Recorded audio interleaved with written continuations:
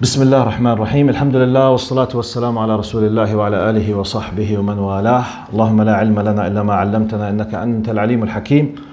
اللهم وتب علينا إنك أنت التواب الرحيم. سبحانك لا نحصي ثناء عليك أنت كما أثنيت على نفسك. أنت المقدم وأنت المؤخر وأنت على كل شيء قدير. اللهم اجعل جمعنا هذا جمعا مرحوما واجعل التفرق بعده تفرقا معصوما ولا تدع فينا شقيا ولا محروما. والعصر إن الإنسان لفي خسر إلا الذين آمنوا وعملوا الصالحات وتواصوا بالحق وتواصوا بالصبر. In the name of Allah subhanahu wa ta'ala, the most compassionate, the most merciful, all praise and thanks are due to him and peace and blessings be upon his beloved Prophet Muhammad sallallahu alayhi wa sallam. He who is guided by the will of Allah, no one can misguide him, and he who is misguided, no one can guide him except Allah subhanahu wa ta'ala. I do bear witness that there is no God but Allah and Muhammad is his messenger. Assalamu alaikum wa rahmatullahi wa barakatuh. Today's session is a little bit some kind rich and deep, and it needs an extra focus because I will be dealing with big concepts and I will be highlighting somehow a long paragraph, not just one verse. We need it because this is the nature of as I kept many times repeating the context. Okay? Last time, if you remember, we finished the concept of naskh, the abrogation. Remember? Now, and after I highlighted the concept of naskh, ما ننسخ من آية أو ننسها نأتي بخير منها أو مثلها. The abrogation, what does it mean? Linguistically, from a place to a place, the delete, the change, the graduality in steps, and we highlighted many examples. Then I told you, if you remember, we need this context because this context is part of a bigger context today. We told you that after we highlighted the concept of nasakh as something, as part of the nature of our Sharia, then we connected that to the preceded two verses. لا تقولوا راعنا. Then ما يود الذين, if you remember, that the whole point about highlighting the nasakh, it was raised somehow by a specific group from the people of the book, in specific the Jews, because they were, criticizing Muslims about the concept of al-bada', if you remember. So how come? Because the concept of nasakh means there is something that we deleted or we changed or we upgraded, but there is a changing graduality between phase A, phase B. So one of the doubts that this group of used to be believers highlighted, so what kind of Lord your Lord is? He keeps changing his mind. Is this applicable on a God? Why it's not clear to him what he should be doing or something like that. So somehow, so it was like a reply to this concept, the concept of what? An-nasakh or al-bada' last time. Now, today I have about 7 to 8 verses. I will read them in Arabic. I will stop. I will not highlight on the English concept. I will just read in Arabic. Then I will give a logical introduction to give you an idea about why we need this introduction after I read the verses very quickly now. Then I will come to read the verses in English and try to explain the bigger context. Now, let me just put you in the larger context and the big historical context of can anyone ask this girl, mashallah, to stop running in front of me? Jazakumullah khair. Brother, can you ask her to stop? I lose my concentration completely, please. Jazakallah khair.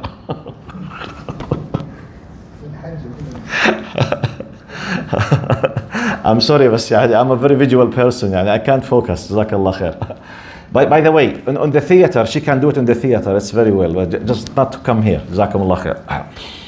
شيخ نايم تسكر الباب معلش بعد اذنك. الله يكرمك.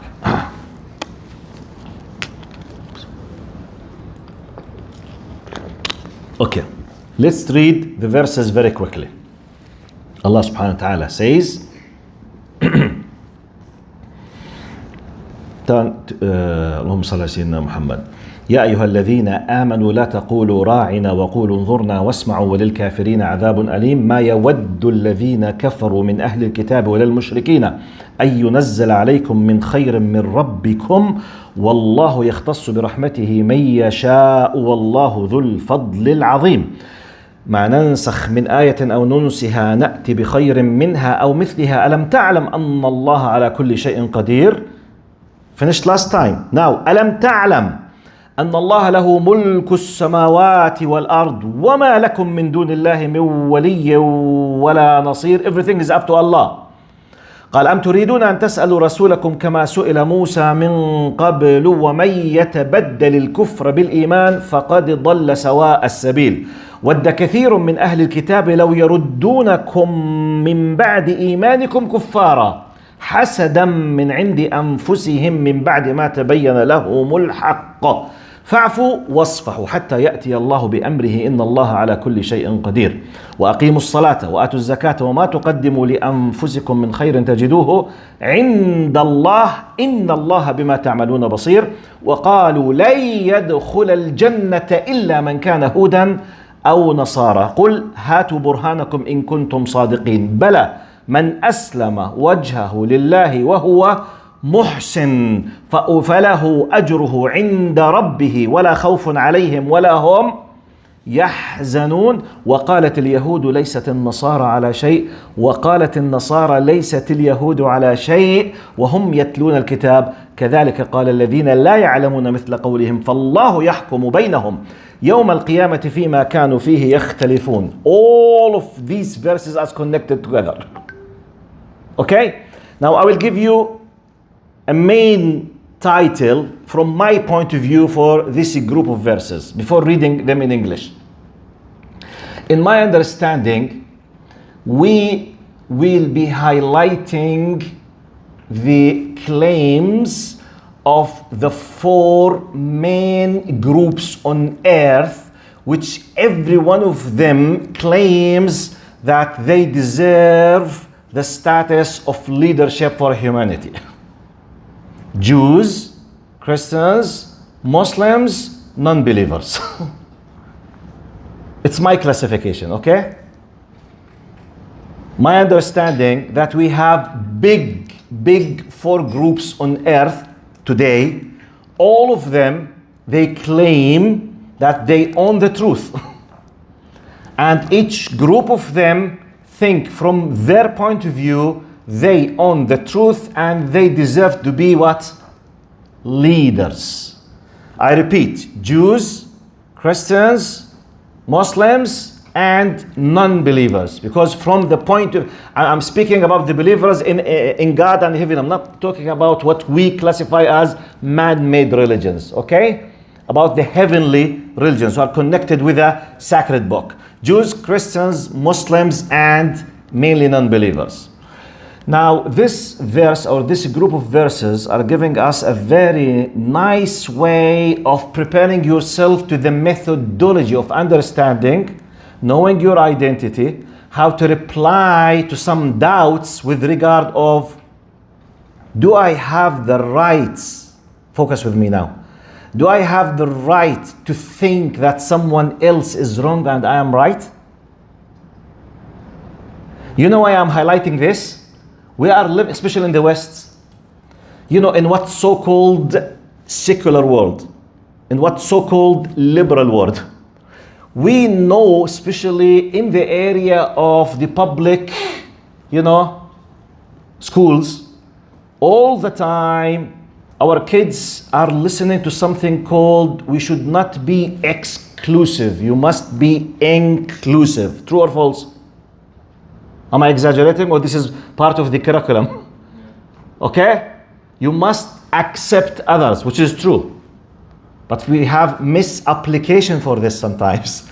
And we have misunderstanding for these concepts. All the time, many people, they keep listening to the concept of inclusion. الشمولية, احتضان الآخر, احتواء الآخر. To be inclusive. Be careful. You have no right to be excluded, because once someone thinks that if you say, no, this is wrong, oh, this is exclusivism, Vism. They start attacking you. You have no right to think in this. Be careful. This is a hate speech. Habibi, Haddi, please calm down. What are you talking about? You must be inclusive, not exclusive. Right.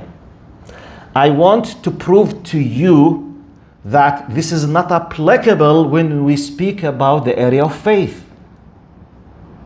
So I will highlight two common sense, or at least one common sense example. Then I'll bring another logical example before delving into my idea. Number one, in the area of politics, let me make it very clear. In the area of politics, do we have different parties or not? I will apply the concept on something we all realize. Let's speak about Canada, where we live, and the United States, the closest neighbor to us. We have here conservatives and liberals, the big two parties. True or false? Right. Our neighbors, they have Republicans and Democrats. Right. Very quickly, the main names that we know. Now, Justin Trudeau represents the liberals. Andrew Scheer, for example, because I don't know the names, but he used to be at a certain time the head of, or O'Toole. What's his first name? O'Toole? Erin O'Toole or Andrew Scheer. Basically, for some years, they were representing what? Conservatives.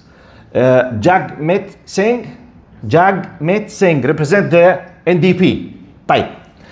In the area of politics, do we have a party that leads and oppositions or not? Do the oppositions continuously work on the base that's criticizing others as doing wrong and they disagree with them or not?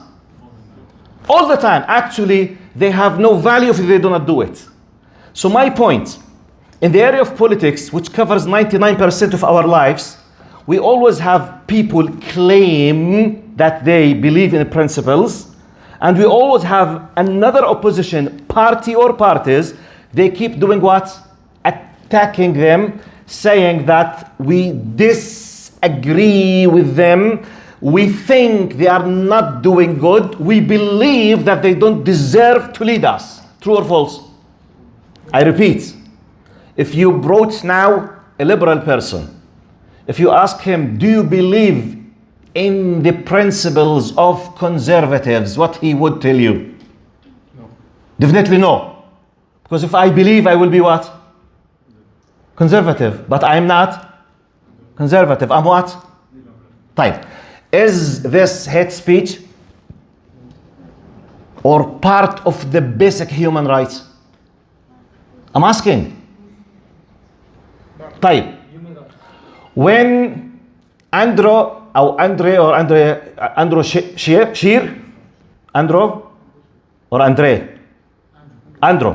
when Andrew Scheer says, for example, Justin Trudeau is such and such and such and such and such, does anyone dare to attack him as someone who's exclusivist?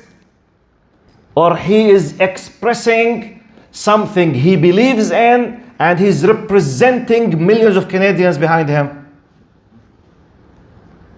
True or false? Type. Pause. Let's go to our neighbors now. Donald Trump just recently used to represent who? Republicans. Opposite to Democrats. Obama and now Joe Biden. Do they fight 24/7 or not? Do they accuse each other with big issues or not? Is there anyone comes and say, hey, you are doing hate speech, you must stop you or put you in jail, or this is part of the normal political life? As long as none of them is using physical violence against others. As long as none of them is lying or creating fake things against others. But my point, is it true that Democrats, Republicans, liberals, conservatives, all of them, each one of them believe in a set of rules which not necessarily agreeable with others or not? Do they feel happy always to express what they believe in or not? Any problem with that? But why it's the case when a believer says, I believe that I will go to the paradise, and if the one does not do 1, 2, 3, he will not go to the paradise. Hate speech. You are so and so. This is exactly what you do in your area. Why you are depriving me from this thing? What is the difference? You tell me, what's the difference? Is there any difference? You believe in something, I believe in something. A Jew, by the way, the genuine Jewish will not be a Jewish unless if he believes that Judaism is the truth. If a Jewish person believes that Muhammad is the true, genuine prophet and messenger, do you think he will stay a Jewish person? Or will be what? A Muslim. So a Jewish person by default is a Jewish if he believes in Judaism. A Christian person by default is a Christian if he believes in Christianity. The base of Christianity, the divinity of Jesus Christ. Trinity. If I do not believe in the Redeemer, Mukhallas, Savior, who came to be crucified on the cross for my sake, I will not be what? Christian. So how come in the base of what someone claims that you must not be exclusive, you must accept, be careful. There is a big difference between respect. Big difference, I understand your private needs. But what do you mean by accept? If you mean by acceptance, to realize, to understand, to consider, yes. If you mean by acceptance, to believe in what you believe and to forsake what I have, or otherwise you will attack me as an exclusive, excuse me, this is hypocrisy. Because you do this in all of your life in other areas, and not me, all of us, not just Muslims. A Jewish is not a Jew if he does not believe in what he believes in. By default, a Jewish person believes a non-Jewish will not go to the paradise. By default, a Christian, ask any genuine Christian, if I do not believe in Jesus Christ as the Redeemer, I am gonna be enjoying the kingdom of God? I'm asking. No, because I don't believe in Jesus Christ as God's Son who was crucified on the cross for my sake. I will not be Christian. So please be careful. Why I'm putting this introduction? Because sometimes when someone keeps telling you, be careful, don't be exclusive, don't think in this way, you have no right, or otherwise this could be such and such. Ya Ammi, this is part of life and everyone is doing so. Let's agree what you are not allowed to do. And yes, will be a big problem when you move from phase of belief, thinking, faith, into action, hurting, harming others, using what we know in our words now as violence. That's why I started with politics. Now, Joe Biden or Donald Trump or Andrew Scheer or Justin Trudeau, all the time criticizing each other and accusing others that they are doing a big mistake and they are not doing the good thing, which is part of life. The same thing when you build, by the way, I'm not blaming them because this is part of their genuine faith. He believes that democratic principles are the best. He believes that NDP's principles are the best. That's why Jagmeet Singh all the time is attacking this and this and others. So I'm not blaming him, by the way. I'm not saying he's doing wrong, because otherwise I'm accusing myself. Because when you believe in something, you will keep highlighting what I believe in is the truth, or otherwise. That's why one of the MMA fighters once, he's a Christian, he's an Orthodox Christian from the Roman Church. He was, in the social media, he was saying, really, I do respect Muslims. He's an Orthodox Christian. He said, if I want to reconsider leaving my religion and I want to choose a religion from religions of earth, the only thing that I will choose it is Islam.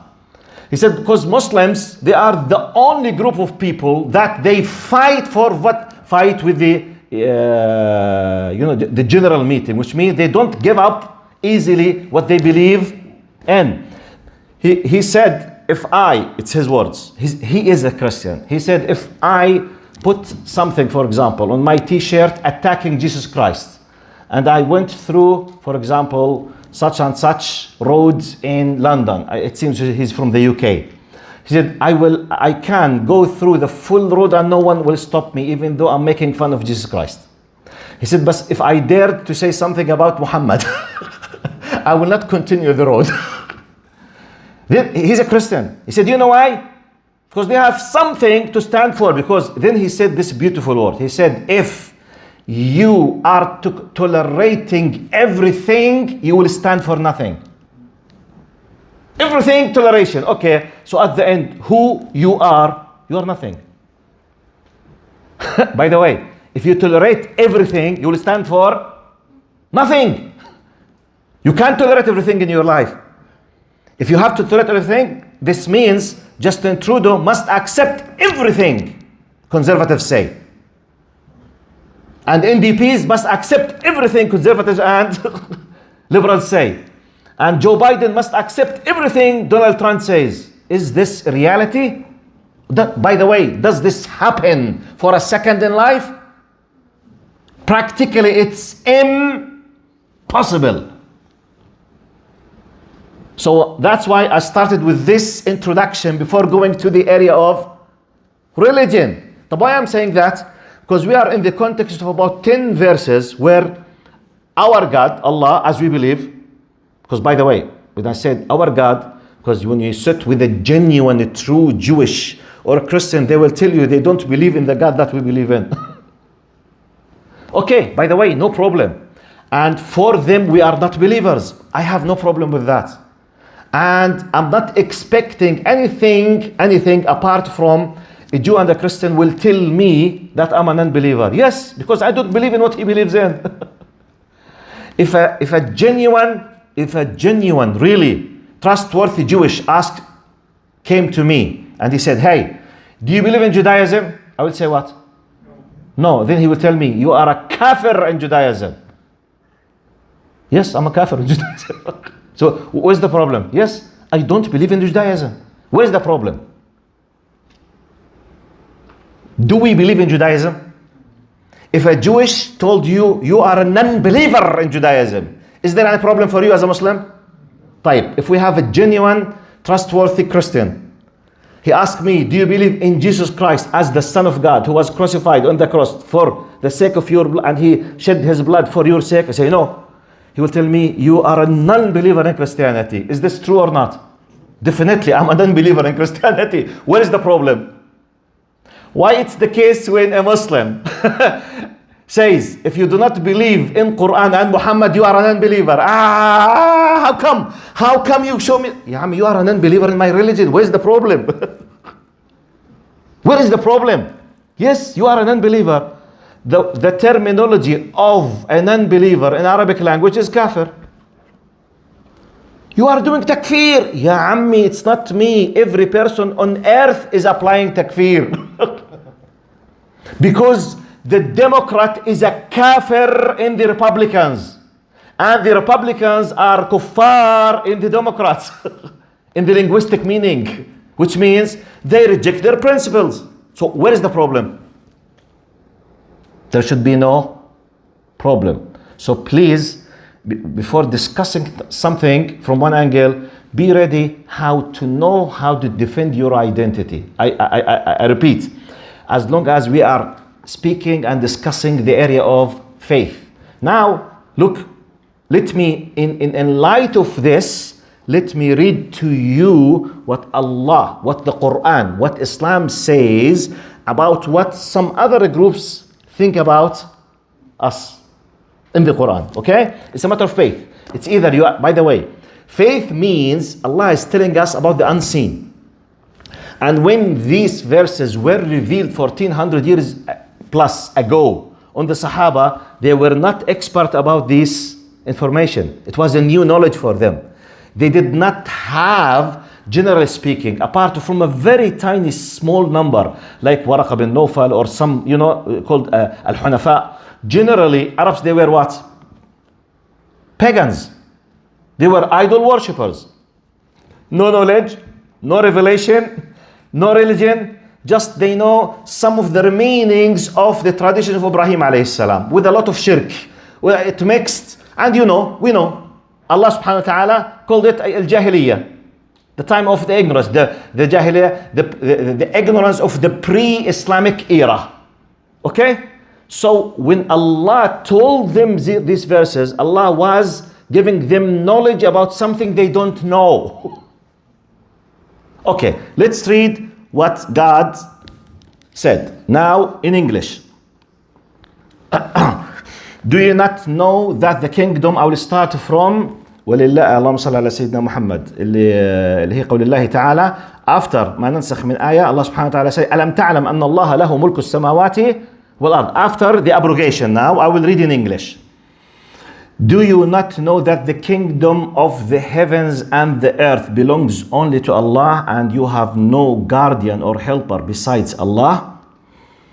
Then now this is a translation of Mustafa Khattab. The translation of Dr. Brother Fadl Fadl Sulaiman. Oh, sorry. Still from Mustafa Khattab. Do you believers intend to ask your messenger as Moses was asked before? But whoever trades belief for disbelief has truly strayed from the right way.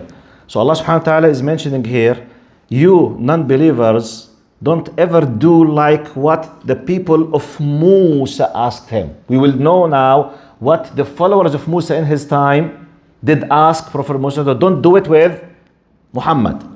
Now, in the footnotes, he say, asking to make Allah visible to them and make the angels talk to them. Allah subhanahu wa ta'ala told, قال لن نؤمن لك حتى نرى الله جهرة. One of the things, the people of Israel, they made the troubles for Musa alayhi salam in his time. At a certain time, that group, they were insisting that we will not believe until we see God physically in our naked eyes. So Allah subhanahu wa ta'ala say, you will not believe until, don't ever ask your prophet like what the children of Israel asked Musa alayhi salam. Then, okay. Now, Allahumma salli ala Sayyidina Muhammad. Establish a prayer and pay alms tax, whatever good you send for yourselves, you will certainly find it a reward with Allah subhanahu wa ta'ala. Surely Allah is all seeing what you do. Now, the Jews and Christians each claim that none will enter paradise except those of their own faith. وَقَالُوا لَن يَدْخُلَ الْجَنَّةَ إِلَّا مَنْ كَانَ هُودًا أَوْ نَصَارًا. The Jews and Christians each claim that none will enter paradise except those, sorry, I missed, I think, two verses. I'm sorry, because I'm pushing. Oh, sorry. Many of the people of the scripture would love to turn you, وَدَّ كَثِيرٌ مِّنْ أَهْلِ الْكِتَابِ بَعْدَ إِيمَانِكُمْ كُفَّارًا.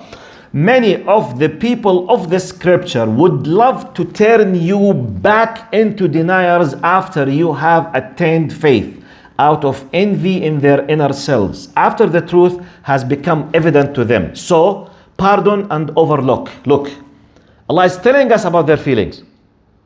This is something we don't know. This is part of ilm al-ghaib, the unseen. They don't know, the Sahaba did not know, and we have no idea. Allah is telling us, they would love to turn you from faith to be a non-believers. Okay, what is the reaction? Fa'fu wasfahu. Pardon, forget, don't do any action with them, but be aware that this is their feelings. No, you have no right. I'm not telling you about my right. I'm telling you about what I believe in. But do I have, depending on that, any right to do a physical action of any harmful thing? No. Fa'fu wasfahu. Close your eyes, pardon, overlook, close the file, because in the day of judgments, everyone will be held accountable for what he knows that it's the truth or not. But in terms of faith, this is your faith. Do you have the right to express your faith? Or this could be exclusivism. You must be what? Inclusive. Don't be exclusive. Be careful. Do you have a right to express your faith? Yes, everyone expresses faith, their faith. Expressing what you believe in is something, acting upon it is something else. Be careful. You are not asked to do any action. But know this. What kind of benefit? Do it. You need to be aware of what is what and who is who. Because if you don't know on what basis you will declare your identity towards Allah subhanahu wa ta'ala. Because as I told you, if you accept everything, you will be nothing. Because if I accepted Jesus Christ as the Son of Lord, I will be what? I will be a Christian, so I will not be a Muslim. It's practically, I have decided to leave the fold Islam into another area.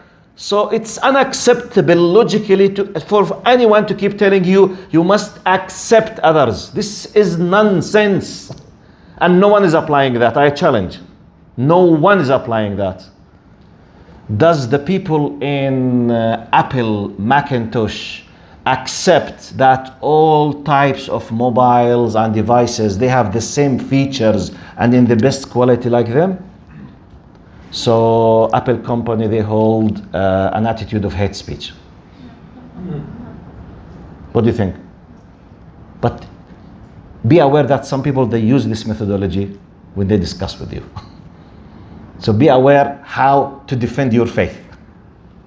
Like everyone else has the right to defend his faith. Believing in something, okay, should not be categorized under the, oh, you have no right, you will not be exclusive, inclusive. No, no, no, please. Please don't play this game with me, please. Okay, so let's continue. Now, yes. شو هي؟ رقم الآية that I think 105 or 104 now. I started from, I started from 106 up to 112. So 6 verses. I think now 108 or 109. Many of the people of the scripture would love to turn you back into deniers after you have attained faith, out of envy in their inner selves after the truth has become evident to them. So pardon and overlook until Allah brings about His command. حتى يأتي الله بأمره. You are not asked to do anything against them. Indeed, Allah is all powerful over everything. Father Sulaiman says, establish prayer and pay alms tax. Whatever good you send forth for yourselves, you will certainly find it reward with Allah. Surely Allah is all saying of what you do. Now,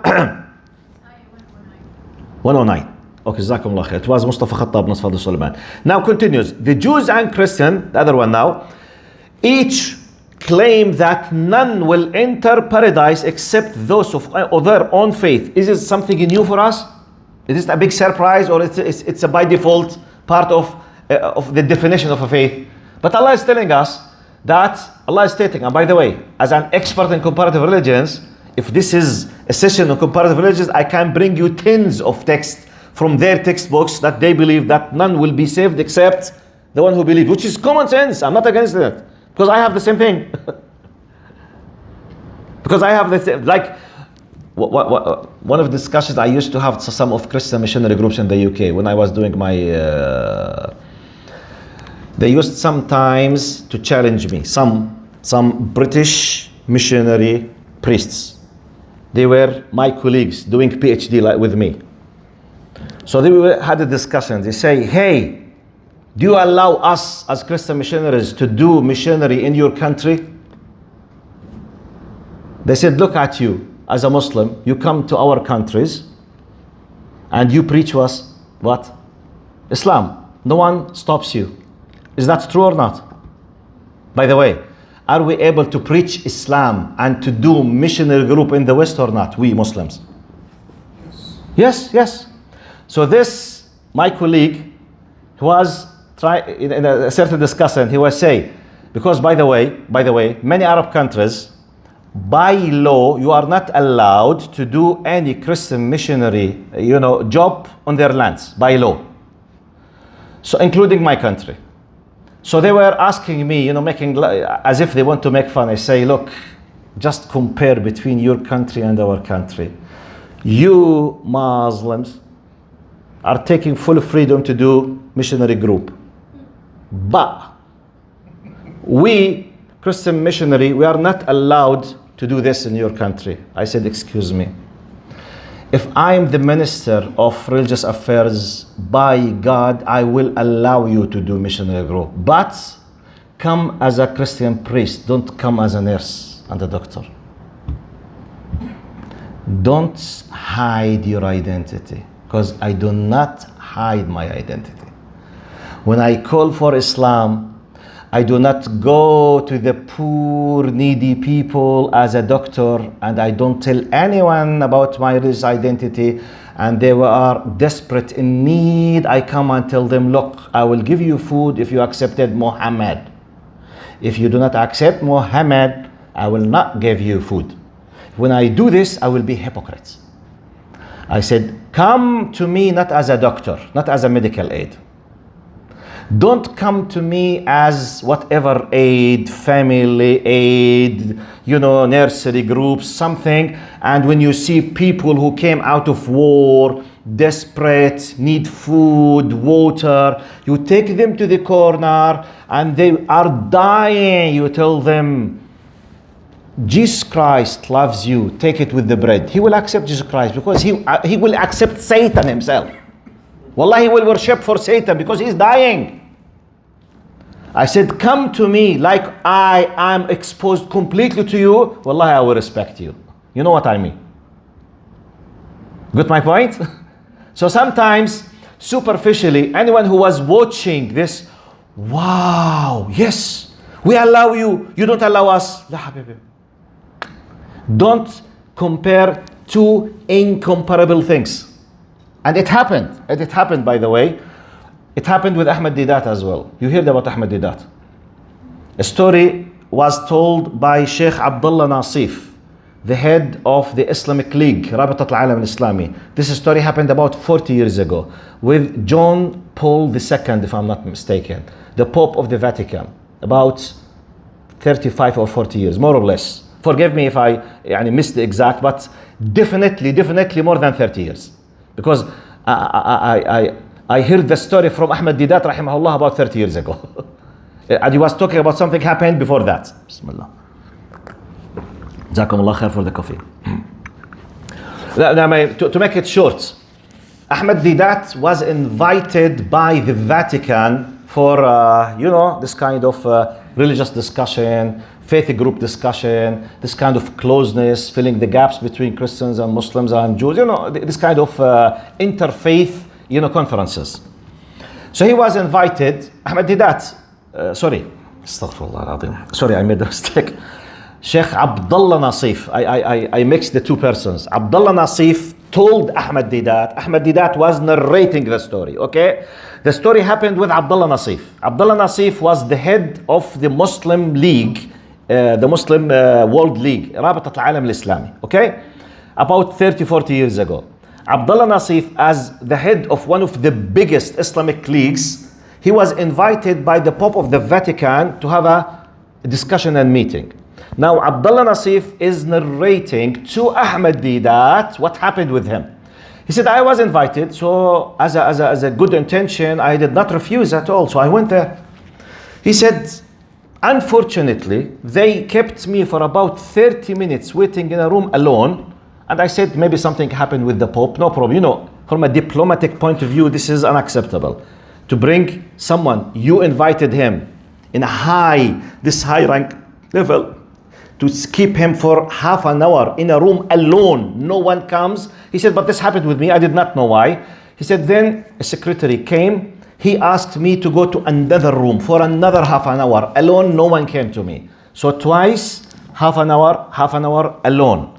You know, in the diplomatic, say, customs, this is, you know, there's a big question mark. Anyway, he said after waiting twice, each time in a room alone for 30 minutes, third time, they asked me to move to a third place. When I went there immediately, Pope himself came in face, and his first question immediately, not even, he said, Assalamu alaikum, not even hi, not even sorry for being late. Immediately, I was attacked by a question. The question was, you know, he's from Saudi Arabia. Abdullah Nasif from Jeddah. Ambassador, he's a Saudi, an Arab Muslim. He was attacked. He said, why you do not allow us to build churches in Saudi Arabia? If someone asks you this question, really you will feel, yes, because they allow us to build masajid in the West. Why do not allow them to build churches? It's by the way, superficially, for the first moment, it's a valid argument. And you see, Allah, yes, look how wicked we are. Hasbi Allah alayna ihna Muslimin. Hasbi Allah. This is what will come to your mind. But look what he replied. Now, pause. I will add from me now. Don't forget that Saudi is a religious state. Europe in general and the West, they are secular states. What is the only religious state in the West? Vatican. He immediately replied to him, do you allow us to build masajid in the Vatican? The discussion ended.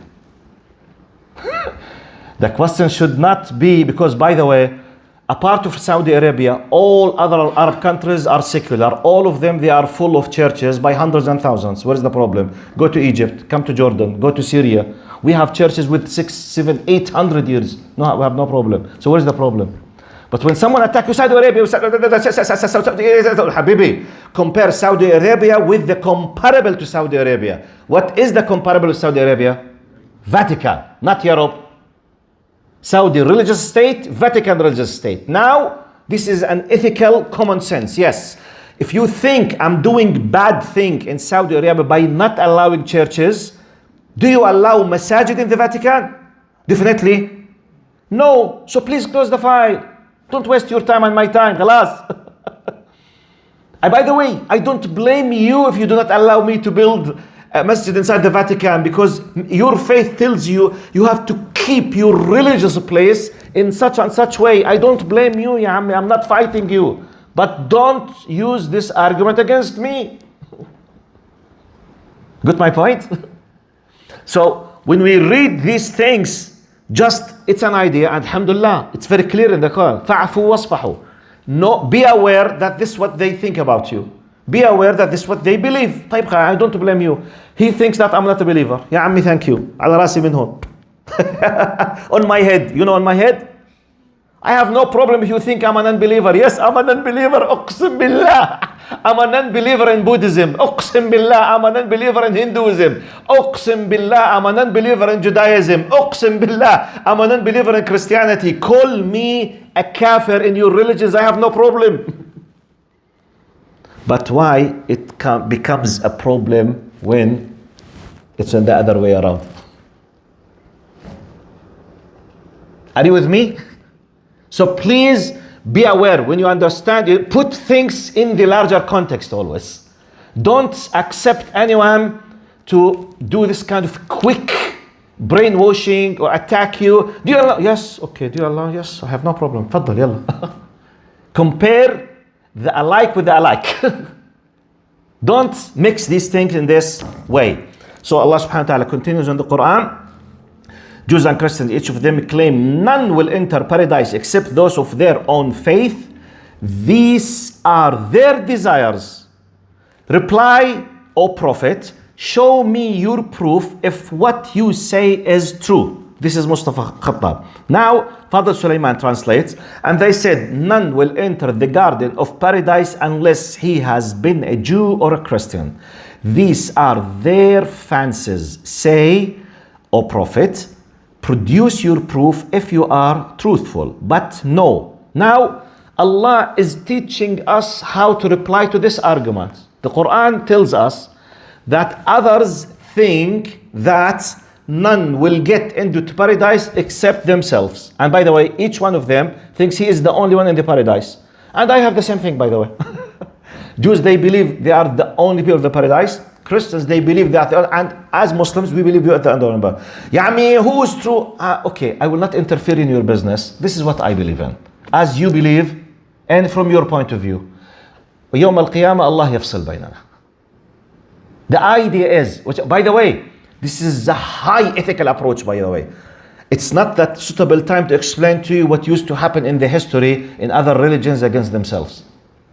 In Islam, it's haram.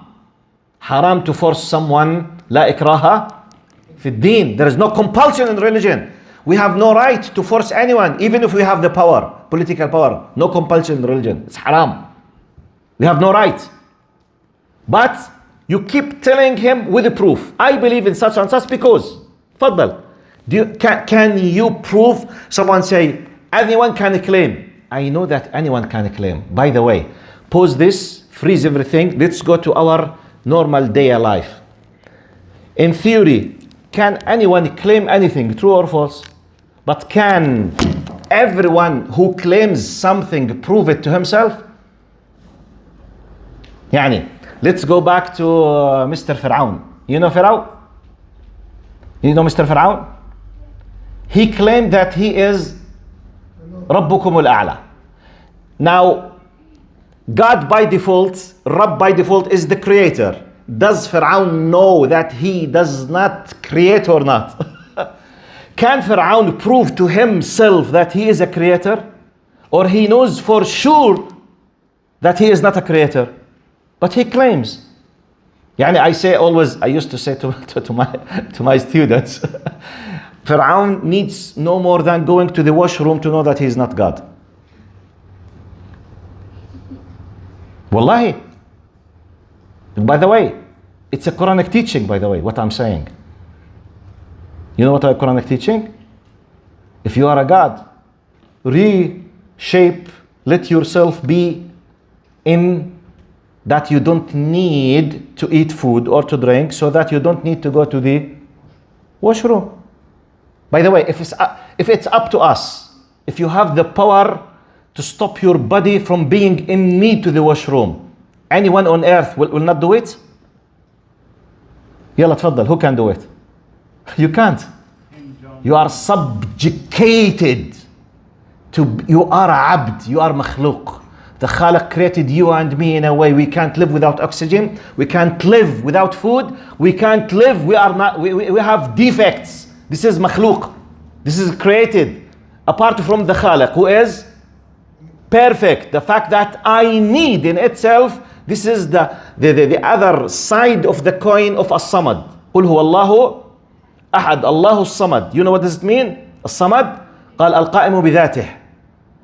As-samad means the one who is able to stand by himself, does not need anyone or anything else.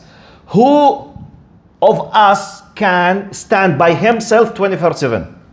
Can you live without oxygen? خلاص. Defects. Without food? Without your mother breastfeeding when you are born? You can't. So you are in need. Need means you are weak. You have defect points. You are makhluq. Period. Close the file. So Fir'aun knows that he is just a human being. But he used to claim. Can he prove it? No.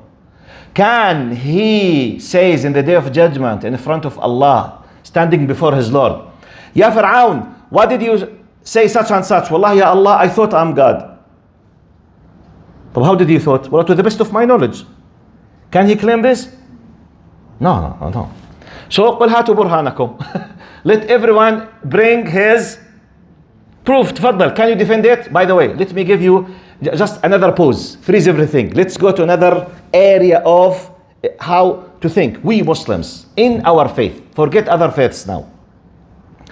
When we have Islamic rulings, teachings which go in parallel with fitrah, the inner nature, such as, for example, don't do any kind, I'm addressing males now, brothers.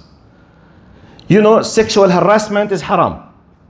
صح? By any means. I'm not talking about the Western rulings or the Canadian, American, I'm talking Islam. What is the ruling of someone to do any kind of harassment or sexual harassment? It's what? It's a major sin, haram. طيب. Now, do you need as a male Muslim a proof from Islam to tell you it's bad and wrong? Or you can prove it by your fitrah? If you are just a normal person, if you have no knowledge and someone said a bad word to your sister or your mother, what will happen to you? By default, what will happen to you? You become mad. True or false?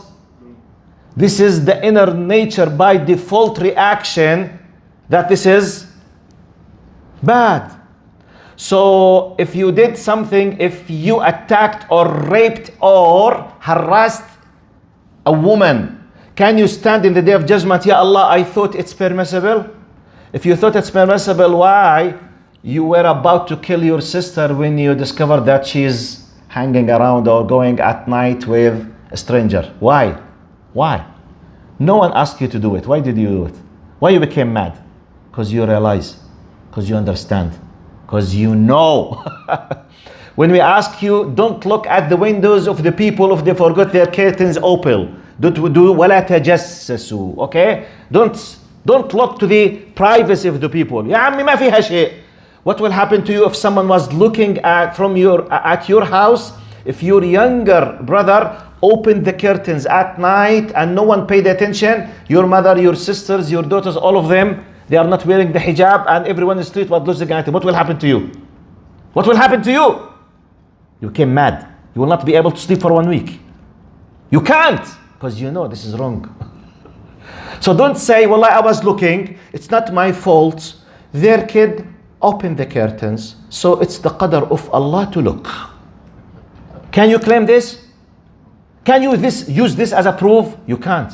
You can't stand before your Lord saying, Wallahi, Ya Allah, I believe in qadr. And Ya Allah, you did taqdeer for me that this curtain was opened. So I thought, Ya Allah, let's look because this is your wish. Can you say this? Because if someone else did it to you, he was looking at your sister, and you came to him, hey, why you were looking? He said, I thought it's the qadr of Allah. You will not continue his words. You will break his teeth. صح? صح ولا لا? So I'm just giving you an idea about the concept of قُلْ هَاتُوا بُرْهَانَكُمْ. We know. Do you have a proof? Do you feel fully satisfied when you stand before Allah about what you said? Allah told you, don't associate anyone with me. I will be very angry from you. Even in Islam, some groups, some religious groups, they do the istighatha bil amwat, you know? Some, I don't generalize. Some, I repeat, some Sufi groups, they commit some kind of kufr actions. I'm not saying Sufi are kuffar, be careful. I'm saying some Sufi groups in the Arab worlds, they do some kufr actions by doing what we say istighatha. They are seeking the help from a dead body, this kind of wali who is dead 400 years ago, asking him, Ya Sidi, Ya Wali, please help my wife when giving birth and I want a male, I don't want a female. This is shirk. This is kufr. Anyway, so this is wrong inside and outside. But the point, many things, we don't need the full philosophical sharia to explain to us that right and wrong. But however, sharia comes to fulfill and to go in parallel with our fitrah. Okay? That's why Allah subhanahu wa ta'ala hatu burhanakum. That's why Allah subhanahu wa ta'ala taught us ما المسيح ابن مريم إلا رسول قد خلت من قبله الرسل وأمه صديقة كان يأكلان الطعام انظر كيف نصرف لهم الآيات ثم انظر أن يؤفكون. Allah was discussing with them, arguing, teaching Muhammad ﷺ, say Jesus Christ was just a prophet and messenger like others, and his mother was Siddiqa, high, trusty, like a sense. Both of them, they used to eat food. This is the rhetorical Quranic style of language to tell you that they used to go to washroom. Eat food means washroom. This is the common sense argument to tell you about the proof that you depend on. This is why when Allah subhanahu wa ta'ala Jazakallah khairan. When Allah subhanahu wa ta'ala قُلْ هَاتُوا بُرْهَانَكُمْ, it's like this, because your mind is thinking. You know, you feel, you are aware. So you will be held accountable. Okay? This is the idea. Now, Allah subhanahu wa ta'ala says, Allah subhanahu wa ta'ala, after He highlighted their feelings, their intentions, their whatever, قال اللهم صل على سيدنا محمد.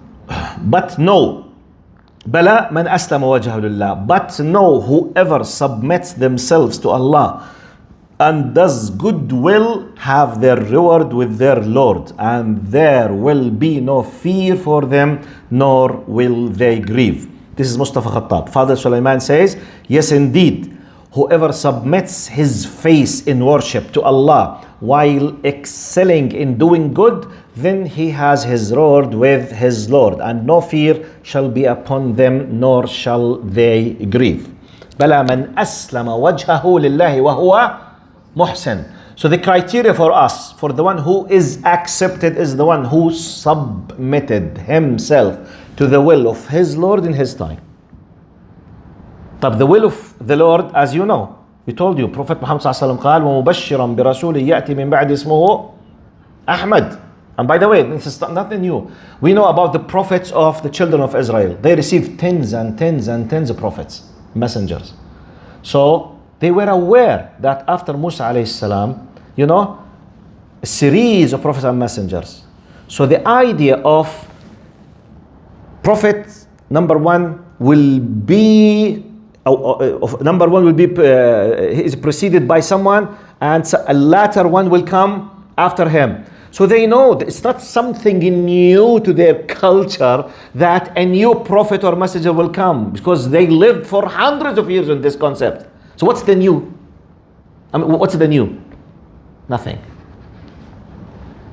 Are you with me? So this, by the way, the whole idea now, because next time inshallah we will start with a completely new concept. The new concept basically is قول الله تعالى 10:15 اللهم صل على سيدنا محمد. Now the new concept is ومن أظلم ممن منع مساجد الله أن يذكر فيها اسمه. Now we will start completely a new phase with a new concept. By this point, put it in the larger, big concepts. Go to, if you remember, the very beginning of chapter AlBaqarah.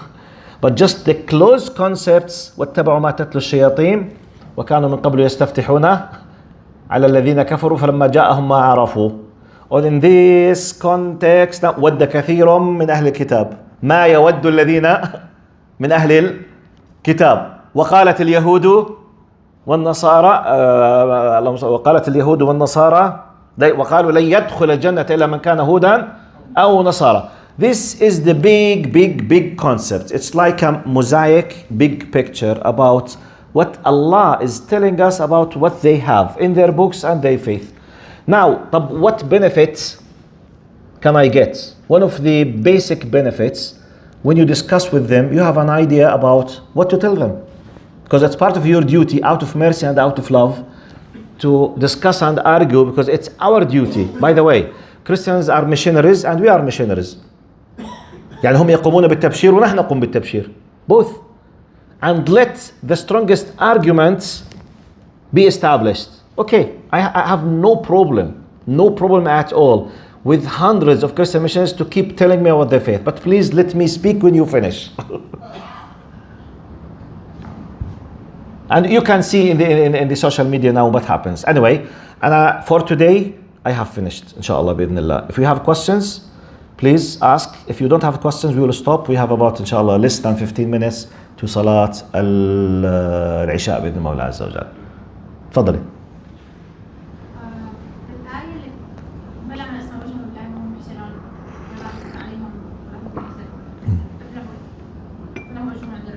في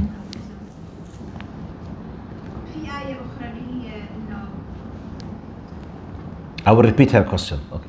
okay, the idea is if there's a Christian, a Jew right now at this time who did not know about Islam, how, for some reason they didn't know, whether they're not aware of what Islam is, or how do you deal with them? I mean, and I know this is a Okay. Very good question. A big debate. She's asking me the following question. Very common question. The question is, if a Jew or Christian does not know anything about Islam, how do we deal with them? Basically, I do not judge them in terms of their final destination. This is number one. I don't say you are in the hellfire. We don't know the final destination for a specific person because we don't know the ghaib. This is number one. Okay? However, anyone, not just a Jew or a Christian, anyone on earth, if he does not accept clearly, knowingly, Islam and Muhammad and Quran, he is not a Muslim in our teachings and rulings. Type. The most important thing in this question, not my description to him, not my thought. In reality, is he, she going to be punished or tortured because he did not accept Islam? This is the big question. Let me tell you the following. The general rule that controls this area, please fix it in your mind. Allah is justice. I repeat. What is the general rule? Allah is justice. Anyone, I'm not discussing Judaism and Christianity now. Buddhists, Hindu, agnostic, skeptic, maltheistic, mesotheistic, okay? Atheist. Any one of those people, Jews, Christians, atheist, non-believer, rejecter, agnostic, just name them. Any one of those, if he, she does not know Islam, he will not be accountable why he did not become a Muslim. Clear? Type. What will happen to him? The general rule, Allah is justice. What does this mean practically? This means one of the following. Allah will hold him accountable for what he knows. But what does he know? I don't know.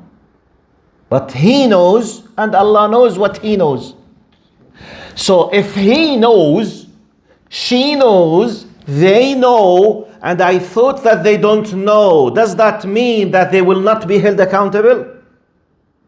The core point, it's my duty to tell them, if you know, you will face a problem. Okay, but they don't know. No one knows who knows and who doesn't know. You just spread the knowledge because you don't know, or otherwise, you tell me. How can we have those thousands of rivers? How they become rivers? You tell me. Because they were thinking. They were feelings. Jeffrey Lang, this high professor in mathematics, why he became a Muslim? For example, Gary Miller, the Canadian priest, Murad Hoffman, the German ambassador in Morocco, and you have tens and hundreds and thousands of examples. Because if you said, no, they don't know, I mean, how come you know that they don't know? I mean, I don't know who and which one of them knows or does not know. I'm just telling you the general rule. Allah is justice. Anyone who does not know will not be punished. So what will happen to him? Allah will deem with him according to what he knows. But what is the thing that he knows? I don't know. Simply, do you think you or me, wal'iyadu billah, God forbid, we have mercy more than Allah? Do you think this? Do you think? Because some people, some tough secular Arabs, they keep arguing with us as if they have mercy more than Allah himself. You're the people. I mean, how come? And it happened with me, by the way. It happened with me. Wallahi, I remember, literally. And by the way, do you know for how many years I'm teaching? I'm teaching since 1985. So I'm teaching since 37 years or 38 years. Teaching. So in 89, I was a teacher in a private school. 89. about 33 years ago, more or less. I once came to the class, high school. The boys and girls came to me, Ustad, I was the religious, the teacher of Islamic education at that time. Ustad, he said, what? Seriously, wallahi, they were physically fighting. Before I just approaching the class, literally they were fighting. You know what was the fight about? The people of Eskimo and the people of the Amazon, are they going to the hellfire or to the Jannah? Oh, you say, Ustad, people of Eskimo, they don't know Islam. Are they going to, fighting as if they have part of ilm al-ghaib? They know for sure that all the people of Eskimo, they will go to hellfire, and they are fighting. And now, surprisingly to tell you, many of them, they don't pray. Those who were fighting. And I know some of them, they were very tough and bad and making a major sins in their life, such as being so rude with their parents. I'm their teacher, and I know their parents. They were complaining to me. So some of them, they were not wearing the hijab. Some of them, they don't pray. And some of them, they do a lot of sin. And he is killing himself about to fight with Allah. Why? There is a possibility the people of Eskimo will go to the hellfire. Who told you on earth, told you that they will go to the hellfire? You know what happens? Some people, they assume something. This assumption that they have created by themselves, they bring it and they use it as an evidence. This is a false way of thinking. You got my point? It's fighting. I said, Subhanallah. Now you are killing yourself for people of Eskimo. You are much more merciful than Allah. Please take care of yourself. Please go and pray and take care of yourself. Be kind with your parents. Don't make lies. Don't watch porno sites or porno magazines at that time. No sites, okay? And something. And please just take care. Don't worry that Allah will forget them and will send them to the hellfire by mistake. Don't forget about this. Please. Don't think about this. Allah is much more merciful than you and me. Because unfortunately, some people think, but the idea, the points, your question, if they know, they will face a big trouble. If they don't know, Allah will hold them accountable for what they know. And Allah knows what they know. Can I add? Okay, go ahead. Still we have 7 minutes. إذا أبو شريف بسمح الله. Huh? So, 7 minutes. Okay. So the other consequence or another trend that's happening is that people are saying, okay, we know God, we believe in God, but we don't want to accept any religions or follow any religions, and this is a big conversation, but how do we... So, the people who think like this, Yes. they are called deists, ar-rububiyyun. Now, let me just very, very, very quickly give you some of the definitions. We have atheism. Atheism is the one who denies the existence of God. We have deism, from the word deity, ilah. Now, or Rabb. Deism or deist is the one who believes in the existence of Allah, but he believed that this God created, then he disconnected himself from the world. He did not send prophets, messengers, or books or sacred books. Just created and left. And the universe is run by itself, even though there's a God. As if this deist is claiming by himself that this God has no wisdom, no future strategic planning. He decided to create, even though he has this mighty power to create, but for some reason they decided that this God decided to disconnect himself from this universe after he created everything. It's so strange, so weird, so funny, but this is how they accuse Allah. This is called deism, which is kufr. Definitely. Okay? So basically, just to make sure, this is what you are asking about. They accept that there is a God, but they don't want to follow any religions. They're like, this is just so tiring, and I'll just accept that there is a creator and Allah is out there who exists, but I'm not following any religion. طيب, أنا in theory, she's asking if this category exists, what will happen to them in the day of judgment? For sure, I don't know. I don't know, but I can tell you the following.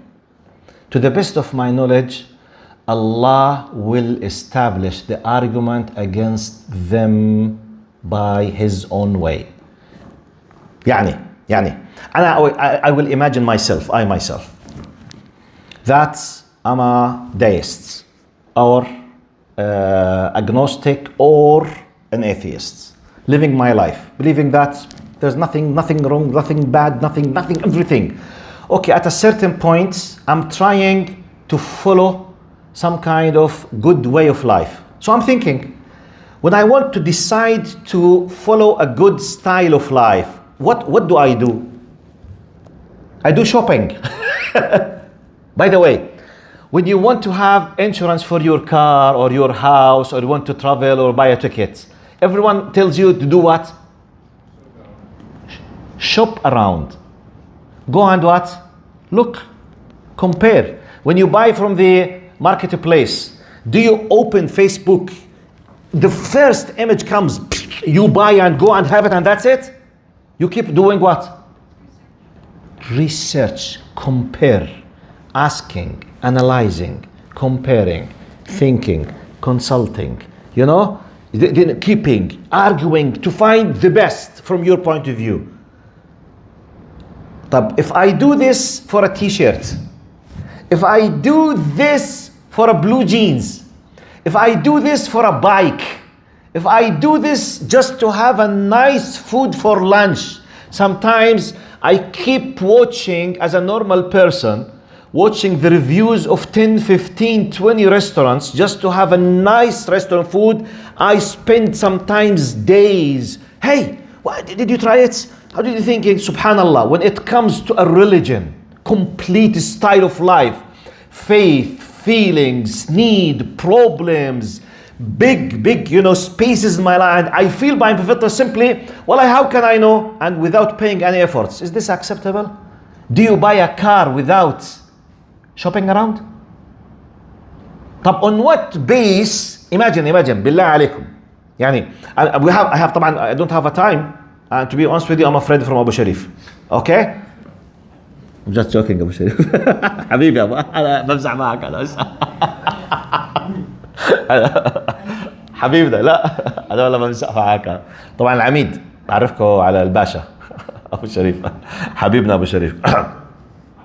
We have many evidences about this, about the feelings, about the فطرة. أم خلقوا من غير شيء أم هم الخالقون. الله يجزاك. When you sit with your whole self, what do you think? Do you accept that something happens without a cause? The law of the cause and the effect or the influence. قانون السبب والسببية. If you lost your wallet, do you accept that this happened by coincidence? You lost your wallet. Your car disappeared from the front of your house and it costed you $100,000. If you are an atheist, do you accept that the law of nature coincidentally caused your car to disappear? I'm asking, wallahi, do you accept it as an atheist? Even though you claim that this universe came by the law of coincidence. Your car disappeared. You say, Habibi, should disappear. There is a thief and the police that I pay their salaries from the tax must bring my car to me. Oh, so you believe that someone has done it. طبعا شوف شايفني مجنون? Do you think I'm a crazy? No, أعوذ بالله, you are not a crazy. Definitely you are not a crazy. But why, when I tell you that there is a God and creator for the universe? No. The law of coincidence. طيب حبيبي, your certificate of your graduation disappeared by the law of coincidence. Your money disappeared from the bank account by the law of coincidence. And your car disappeared by the law of coincidence. And everything in your life comes, no, you don't accept it. So this is the idea. So Allah will establish the argument against them. حتى بس ذكريني بالآية إذا تحافظها صح؟ تبعت حتى إذا تبعت الفلك دعوا الله مخلصين لين أنجانا بدايتها. حتى إذا ركبوا في الفلك بدايتها مين يذكرني فيها بسرعة؟ لا بداية الآية. جرينا بهم بريح طيبة. حد يذكرني بسرعة نختم فيها. أنا بالحفظ سلامتكم.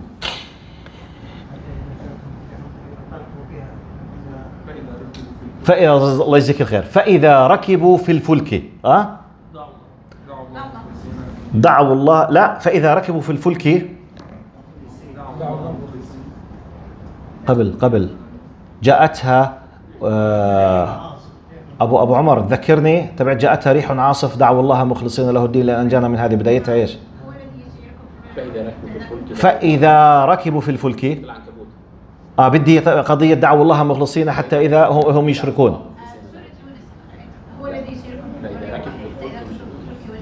أيوة، حتى إذا كنتم حتى إذا كنتم في الفلك وجرين بهم بريح طيبة، جاءتها ريح عاصف وجاءهم الموج من كل مكان. طبعا they are disbelievers. Allah is describing the psychological reaction of the disbelievers. They deny God's right upon them. They deny God's existence.